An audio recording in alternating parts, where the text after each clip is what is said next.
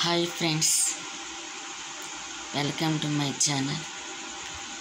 ఈ బొమ్మ ఉంది కదండి, ఈ బొమ్మను తయారు చేసేవాడికి ఇది ఎలా తయారు చేయాలి, దీనికి ఏదైతే వాడాలి, ఇది ఎంత కమ్మాలి, ఏంటి దీని యొక్క మన్నిక, దీని యొక్క స్థితి ఏంటో ఆ యొక్క బొమ్మ తయారీకి అమ్మేవాడికి కొనేవాడికి తెలిసేది ఫ్రెండ్స్.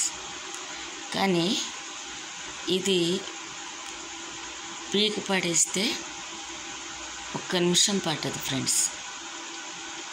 కానీ దీని తయారీకి ఎన్నో గంటలు, ఎన్నో రోజులు, ఎంతోమంది కష్టపడి పనిచేస్తారు. కానీ ఇది ఒక పీకి పాడేసి దీన్ని పాడు చేయడం ఒక మనిషి చాలు. అట్లాగే ఒక జీవితాన్ని మనం నిలబెట్టలేకపోయినా దాన్ని మాత్రం పాడు చేయకూడదు. పాడు చేసే అధికారం ఎవరిచ్చారు ఫ్రెండ్స్ మనకి? ఈ బొమ్మను తయారు చేయడం ఎంత కష్టపడతామో పీకేసే అధికారం ఎవరిస్తారు? మంచి చేయొచ్చు, కానీ కీడు మాత్రం చేయకూడదు. లేదా మంచి చేయకుండానే ఉండొచ్చు, కీడు మాత్రం చేయకూడదు ఫ్రెండ్స్. కీడు చేస్తే మనకు అది తిరిగి వస్తుంది, మన పిల్లలకైనా వస్తుంది. ఒక చెట్టు నాటి పెంచడం, అది పెరిగి దాని యొక్క ఫలాలు కానీ పూలు కానీ నీడను కానీ ఇవ్వడానికి కొన్ని సంవత్సరాలు పట్టింది. అది పీకేస్తే ఎండిపోయి పాడైపోయి భూమిలో కలిసిపోతుంది. మనిషి యొక్క జీవితం కూడా అంతే ఫ్రెండ్స్. నాకు తెలిసిన ఫ్యామిలీ ఒకటి ఉంది ఫ్రెండ్స్. ఇద్దరు అన్నదమ్ములు ఉంటారు. మరి ఎందుకో తెలియదు అని అన్నదమ్ముల మధ్య గొడవలు అయిపోతున్నాయి. వాళ్ళ తల్లిదండ్రులు మాత్రం పనిచేసుకుంటారు. అంటే తల్లిని మాత్రం వాళ్ళ చిన్న కొడుకు చూసుకుంటారు. తండ్రి మాత్రం కొన్ని రోజులు అక్కడ ఉంటాడు, కొన్ని రోజులు ఇక్కడ ఉంటాడు. కానీ చిన్న కుమారుడు భార్య భర్తలు విడిపోతారు. ఎందుకు విడిపోతారో మనకు తెలియదు. వాళ్ళని పెద్దవారంగా ఉండి కలపాలి. కానీ కొన్ని రోజుల తర్వాత ఆ కుటుంబాన్ని నిలబెట్టడానికి చాలా అవస్థపడతారు. పిల్లలతో సైతం మంచిగా ఉంటారు. కానీ ఆ అన్నదమ్ములు మాత్రం ఎప్పటికీ కలిసలేరు. ఒక కుటుంబం మనం చూస్తాం కదా ఫ్రెండ్స్,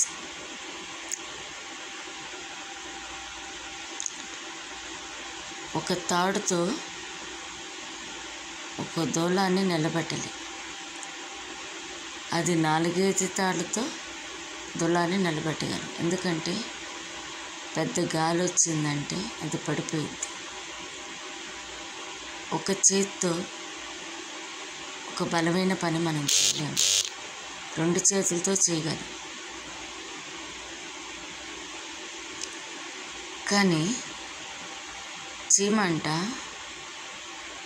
ఒక్కతే వెళ్ళి ఏనుగు చుట్టూ తిరుగుతుందంట. అది కాలితో తొక్కేసి చంపేసి. కానీ అనేక చీమల దండు వచ్చి ఏనుగుని బాగా కుట్టేసినాయంట.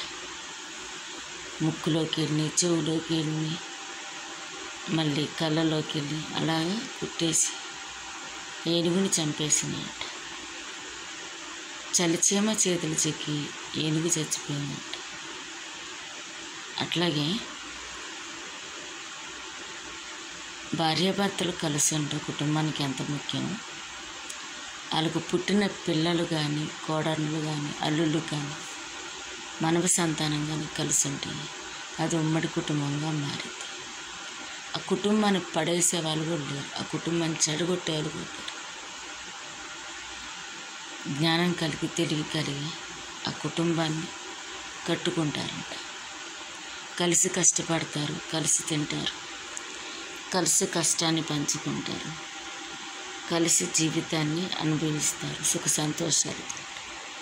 తల్లిదండ్రుల ప్రేమను పంచుకుంటారు, అన్నదమ్ముల ప్రేమను, అక్క చెల్లి ప్రేమ పంచుకుంటారు.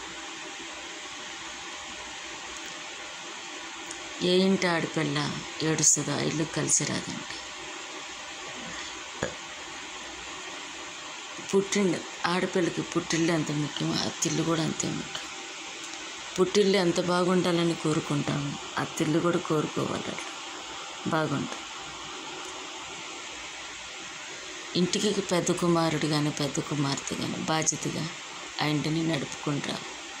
అల్లుడు కానీ కోడలు కానీ ఇటు అత్తింటి కుటుంబాన్ని ఎలా ప్రేమిస్తాము, పుట్టింటి కుటుంబాన్ని కూడా అంతే ప్రేమించాలి.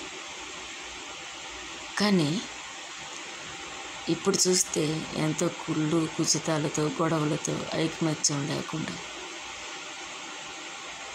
ఆ కుటుంబంలో రెండో వ్యక్తిని తీసుకురావడం, అట్లాగా చాలా గందరగోళాలు అయిపోతుంది. ఆ ప్రేమ చల్లారిపోతుంది, స్నేహం చల్లారిపోతుంది, ఐకమత్యం చల్లారిపోతుంది. ఎంతో జీవితాన్ని చూసిన తల్లిదండ్రులు ఎంతో బాధపడతారు.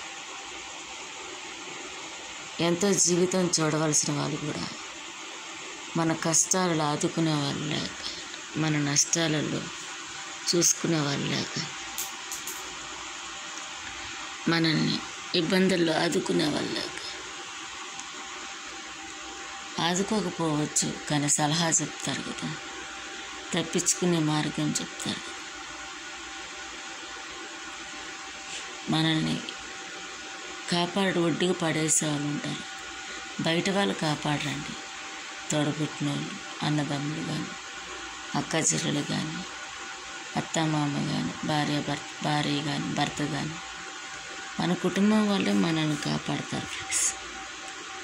అంతేగాని బయట వాళ్ళు ఎవరికో చెప్తే చులకనైపోయి వాళ్ళు వచ్చి కాపాడలేరు. ఎందుకంటే సాధువులు కానీ మళ్ళీ ఇట్లాంటి జీవితం మీద విరక్తి పుట్టిన వాళ్ళు ఉంటారు కదా, సన్యాసం పుచ్చుకొని వెళ్ళిపోతారు. సంసారం ఒక సాగరం అన్నట్టుగా జీవితం ఈ లోకంలో మనుషుల మధ్య బతకలేమని ఎంతగానో ఇబ్బంది పడుతూ ఉంటారు. అంటే వాళ్ళు ఎందుకని అట్లాగే ఇబ్బంది పడతారు అంటే ఇలాంటి గొడవలకి, ఇలాంటి సమస్యలకి వాళ్ళ యొక్క మనసు కానీ, వాళ్ళ యొక్క తెలివితేటలు కానీ, వాళ్ళ యొక్క శరీరం కానీ ఏదైనా సరే ఇస్కెత్తు అంటే మన భావోద్వేగాలకి మళ్ళీ మన కంట్రోలింగ్ పవర్ దాటితేనే ఎక్కువైపోతుంది.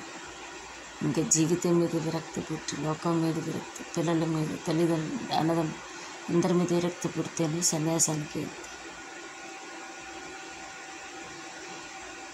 కానీ ఇక్కడ కుటుంబాన్ని వదిలేసిన వీళ్ళు ఏమైపోతారు, వీళ్ళు ఎలా బతుకుతారు? ఆ వ్యక్తి ఇవన్నీ తట్టుకోలేక వెళ్ళిపోతాడు. ఆ వ్యక్తి దేశ సంసారం చేసుకుంటా అలాగ తిరుగుతూ ఉంటాడు. ఆ కుటుంబ భారాన్ని మోయాల్సినది అలా పారిపోతాడు, కుటుంబం ఏమైపోతుంది. కానీ అందరూ, పిల్లలు సైతం, తల్లిదండ్రులు సైతం, పెద్దవాళ్ళు సైతం అందరూ మంచిగా కుటుంబంలో సభ్యులందరినీ అర్థం చేసుకొని మంచిగా నడుచుకోవాలి ఫ్రెండ్స్. అలాంటి కుటుంబాలు ఈ రోజుల్లో నూటుకో ఒకటి ఉంటుంది. ఉండవని అనను, ఉంటాయి కానీ ఎక్కడో రేరు. కానీ మిగతాయన్నీ నేను చెప్పిన వాటిలో ఏదో ఒక రూపకంగా కుటుంబాలు బాధపడతాయి. Thank you friends. ఈ వీడియో కనుక నచ్చితే సబ్స్క్రైబ్ చేయండి, లైక్ చేయండి, షేర్ చేయండి. మీ ఫ్రెండ్స్కి కూడా చెప్పండి, లైక్ చేయండి. కామెంట్ రూపంలో మీ విలువైన అభిప్రాయాలు పెట్టండి. బెల్ బటన్ నొక్కండి. ఆల్ అని బటన్ నొక్కితే నేను చేసే వీడియోలు మొత్తం మీకు వస్తాయి. Thank you friends.